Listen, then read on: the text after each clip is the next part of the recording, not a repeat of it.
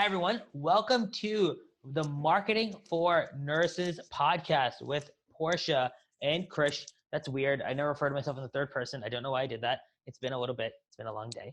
But I'm so excited. I'm here with Portia Wofford. And every few weeks, we come together and we deconstruct marketing for the nurse entrepreneur. This can apply to the nurse entrepreneur who has a blog and a brand on Instagram, all the way to the NP who's opening up her third practice and scaling her practice rather.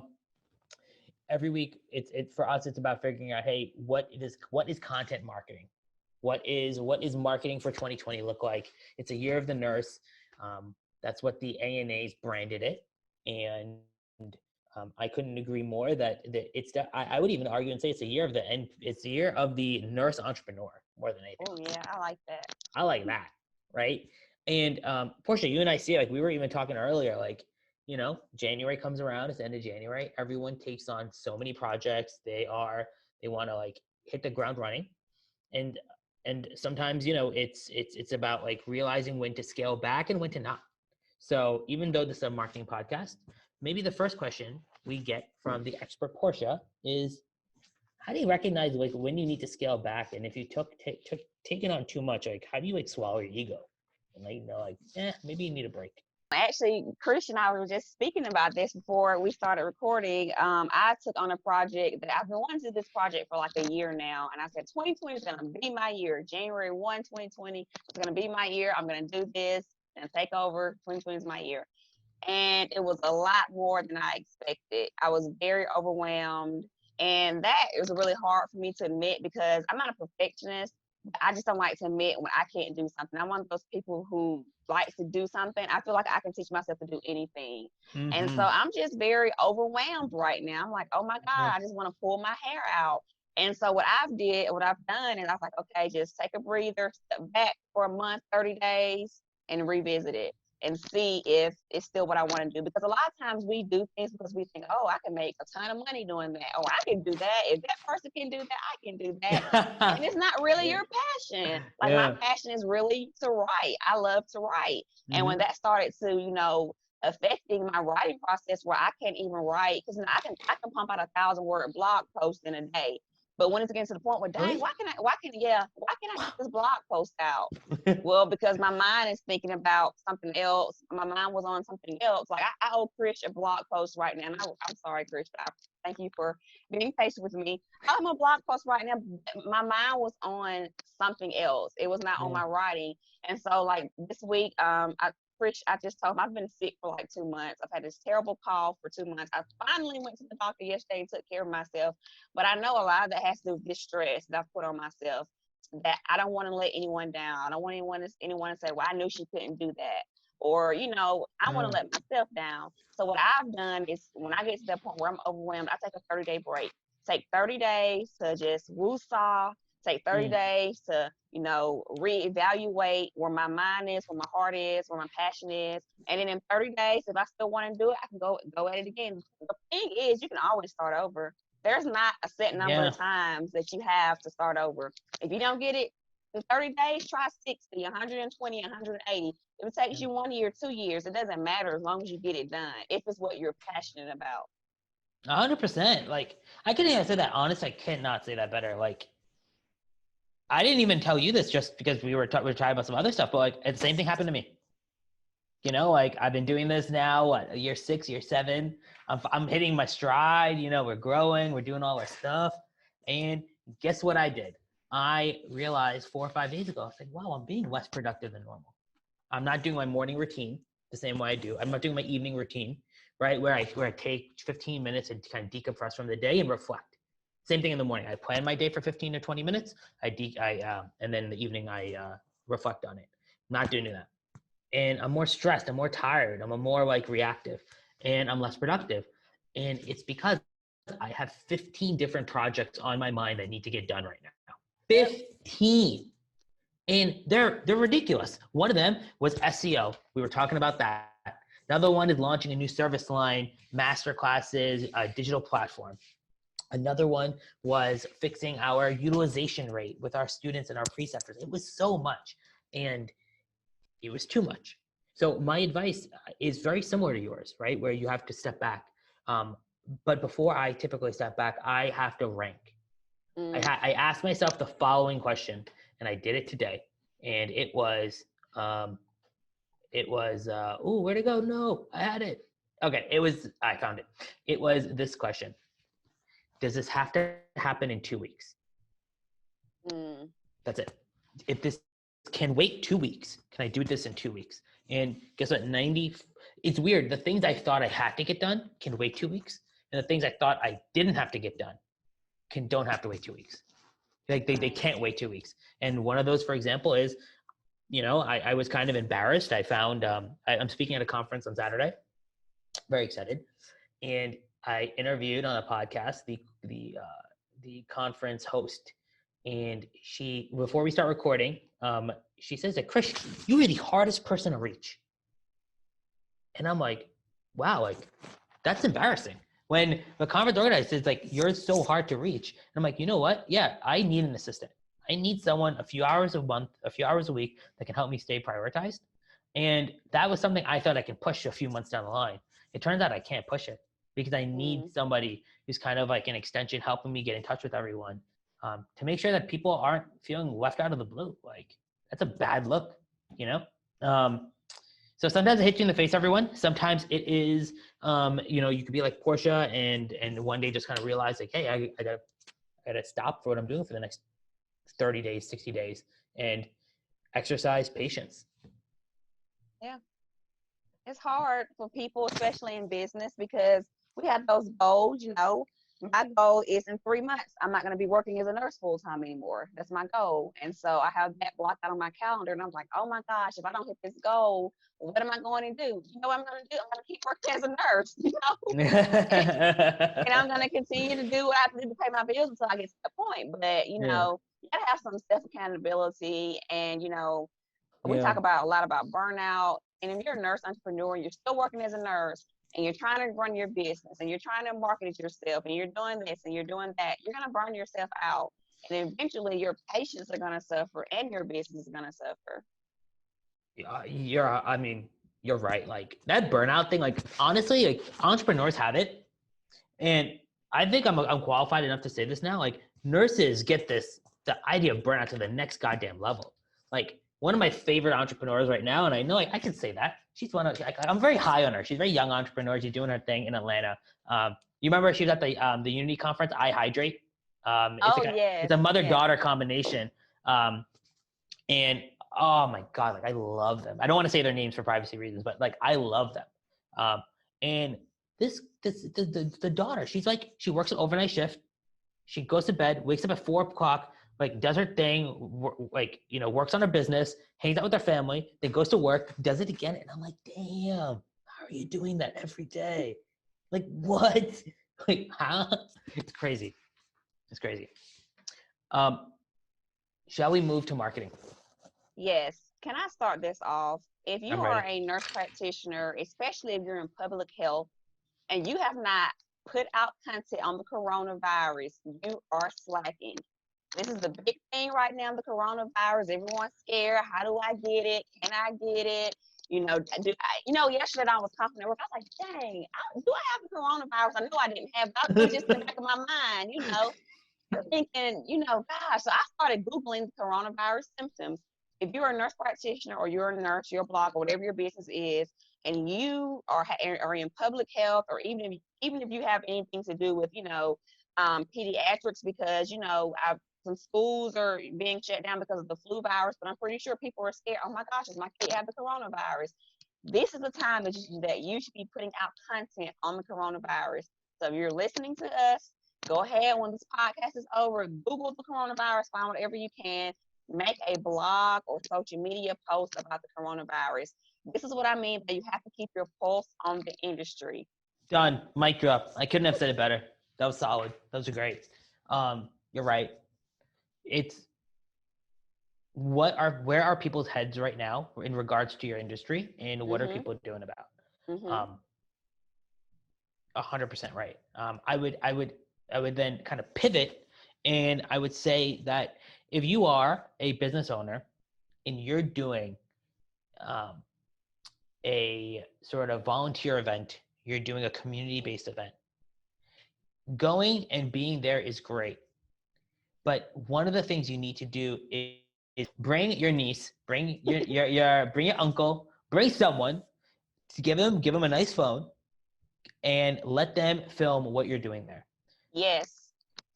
Leverage those times where you are doing great work in the community and let people see that. Right. We're partnered up with a practice, and she's hosting this amazing event in a few months, and it's going to be awesome. She needs like 4 to 5 different volunteers, NPs all around the city, and the first thing I said to her, and I think it might have caught her off guard, was social media. Are you recording the event? Do you have people coming? Who's producing it? Because you have to be seen, and it's just so important. Definitely agree. And if someone's reached out to you to do a speaking engagement or a breakout session, and you have a contract with these people, have it into your contract that you're allowed to bring someone in at no cost to that person to film your segment. That's good to put into your contract. I can bring you can call them an assistant, but if you're like me, it's probably your sister, somebody like that. They can come in, they can film your segment. And like Krish and I keep telling you, repurpose that content. Take your speaking, take your segment, turn it into a blog post, turn it into an ebook, turn it into a course, turn it into 5 or 6 different social media posts. And then you have a month's worth of content right there. Yeah. Lately, I've been obsessed with SEO. Portia, you and I were talking about this a few minutes ago before we started recording. And the hack to doing SEO is blogging. And the way to blog is just repurpose your videos. Like, I'm speaking at a conference on Friday. I could not be more excited. It's in a city on a Saturday, right before Super Bowl Sunday. So I tried to get someone to come in and record it. I couldn't find anyone. But you know what I'm gonna be doing? I'm gonna take my phone and I'm gonna hit record button when I'm talking. And even if I look stupid doing it, sometimes like your audience wants to see some weird content from you. Maybe you say one, I can't tell you how many podcasts or videos on YouTube I've seen of a weird angle with barely good hearing audio, but he started talking about like leadership strategy, and everyone that knows that's a passion of mine. And I'm like, you know what? Yeah, I'll like kind of like hear it right now. I'll like like turn it up. Like, I'll figure this out, because the content matters. Right. Be creative. If you go on Amazon, order a $14 tripod. Put your phone on it while you're out there, doing your speech, and record it. All of us have smartphones. There should be no excuse for you not to have, content. Exactly, Krish. 40 And another bucks. thing that you can do is have it in your contract, because most of the time these people have these conferences and these seminars, they're having someone there to record it. Have it in your contract or have it in your emails. Hey, I would love a copy of my segment. And then you have a professional copy of you speaking. Amazing. Honestly, you can even if you haven't even asked to like have that in your contract, a lot of times they'll give it to you. Right, they will. It's just out of respect. It's your segment. Right. Amazing. Portia, let's chat a little bit more about keeping your eye on the pulse of the industry. Coronavirus. Now, what would you say to I'm trying to think of like the haters, right? And like, what would you say to the person that's like, oh, you're just trying to capitalize on what's trending and you're not being authentic? I would say, first of all, you are being authentic because you know who your audience is. Right. Like I said, if you're a nurse practitioner, you're in public health, or you're in peds, your audience are going to be moms with children, teenagers. Even if we're not talking about the coronavirus, in my hometown, the county that I'm from, they've had to close down the schools because there's been a big flu outbreak. If I was a school nurse, I would write articles and blog posts about making sure your kids get flu vaccines, because they've shut down 3 county schools because of the amount of kids who've been out with the flu virus. You're not capitalizing off of someone else's downfall. And if you want to put it like that, Look at the big chain businesses. They capitalize off of everything that happens in the world. Look at, I don't want to call any names. I don't want to be sued, but, look at the big chain businesses.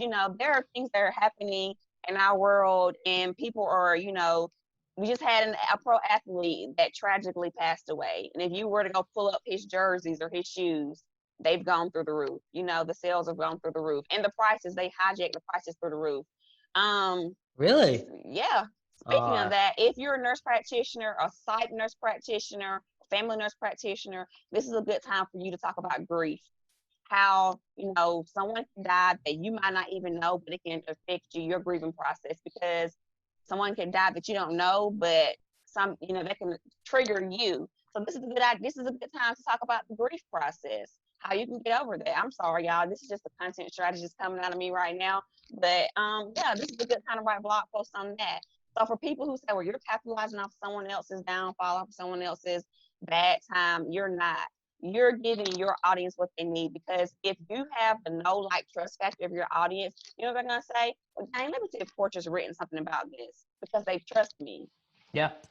No, 100%. And you said so many good things there. Like, honestly, my answer to that, especially in the 2020 is a year, I'm starting to do this more now. It's block them, get them out. Or here's what I'm now getting into the mindset and the mind frame of responding to them. Being like, I'm sorry you feel that way. I'm trying to add value to my community because I know this is what they care about. Right. And like, just honestly, I don't want to say it on a recording that's going to go live to probably several thousand people, but fuck them.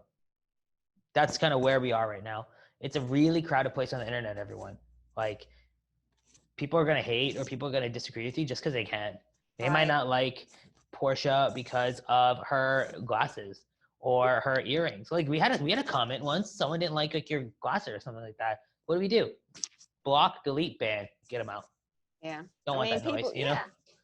Like, it's that simple. People might not like my hairline. It is getting pretty bad. All right, Portia, moving on, in a weird way, talking a little bit about that grief cycle, right? Mm-hmm. We actually this week had, I would argue, at least from people in my, like, I don't want to say like the only, but this impacted me a lot more than I thought it would. Yeah. I don't know why. I was a Kobe fan. I was a bigger Dwayne Wade fan, but just kind of knowing the fact that this is someone who, like, outside of their, like, past their basketball career, is doing so much, in the entrepreneurship community, in giving back, and just dominating in basketball and after basketball. Very tough to deal with. Yeah. So for sometimes, whether it's grief related or maybe people are looking forward to Super Bowl this weekend, like, another factor, how do you stay motivated to do content? Like, just so many things can distract us. I think it's just the discipline, matter. You just have to kind of be disciplined. And, just don't let yourself get overwhelmed. Most of the time your body is going to tell you when you're at that point where you're overwhelmed. And if your body doesn't tell you, your closest friends or family might notice a shift in you. Like, and my boss at work, she was like, Portia, you haven't been acting like this for the past 2 weeks. Like, you look very sluggish. Is everything okay? And I was literally just tired. I've been running for almost 8 months without just taking some time to relax and, just focus on myself. So I am taking some time next month, but, people around you will notice it. So I think that you just have to kind of be disciplined, have your content calendar. We talked about content calendars, I think, in our first or second episode. So that's read the blog post. But having your content calendar, and then sometimes you just might have to outsource it. I know I've had to outsource some research before because it's just overwhelmed me. I don't like to research even though I'm a writer. And if it's a topic that I'm not passionate, if it's something that I don't really enjoy learning about, I might just call someone and say, hey, I want you to research this for me. And then, of course, I'm going to make sure the research is credible. But outsourcing, if you can do that, if you don't have the funds or you don't have the means to do that, then just take your time and be disciplined. And like I said, if you just have to take some time away from some things, take some time away from some things. Do some things that make you happy. If you've been working for 6 months straight and you like football, then take a day to watch a Super Bowl. No one's going to hold that against you. 100%.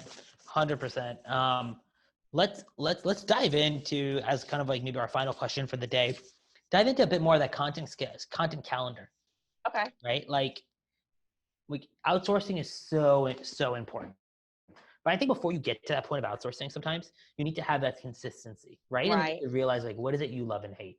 You hate Right. research. I love talking, and I like editing, but I don't like writing. So it's like that middle part that drives me nuts.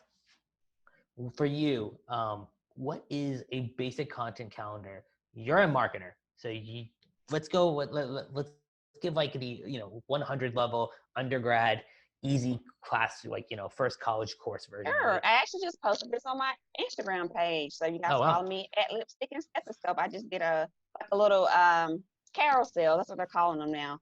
The multiple pictures on Instagram.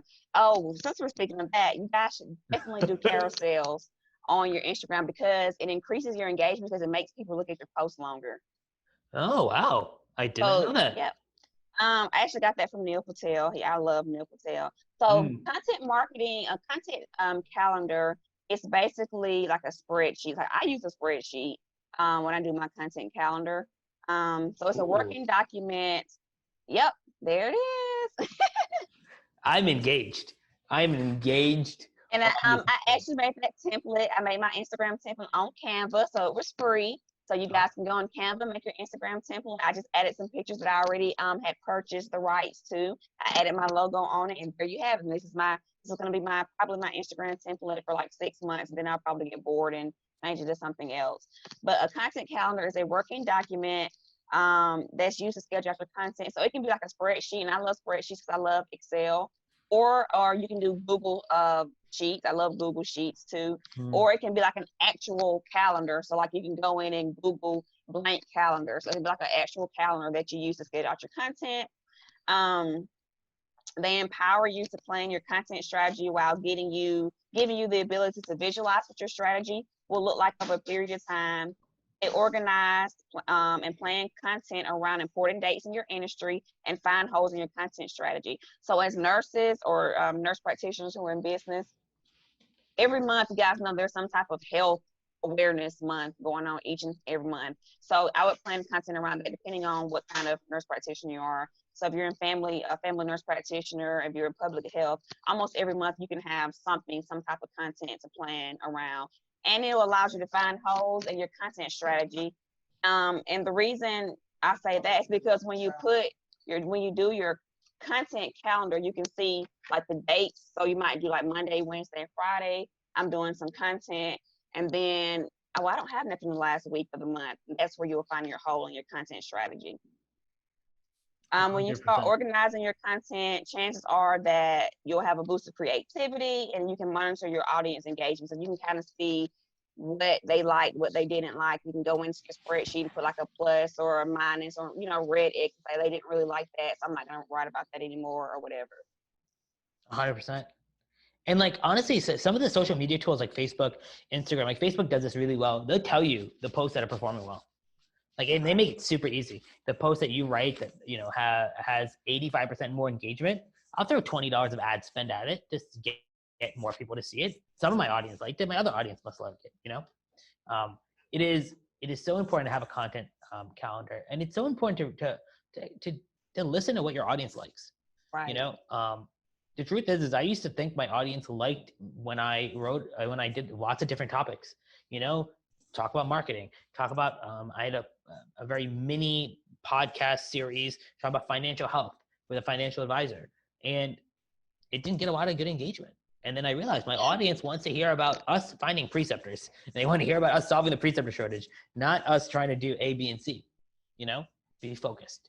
And I think that was awesome. Portia, let's wrap up with any last piece of advice. We've been very, very sort of hard hitting today. I love it. Just keep your eye or keep your pulse on the industry. Look at what's trending, and on social media, what's trending on Google, what's going on, and if that fits your niche or it fits what your audience likes, then put some content out there about it, and see if people like it. Most of the time they will, and like Krish said, if they like it, then put a little ad money towards it so that you can, get those people. You can get that ad. Make sure you have your Google Analytics set up so that you can see what people are looking for or why they're going to your page or where they're coming from. 100%. All right, everyone. Thank you, Portia, so much. And we'll see you next week.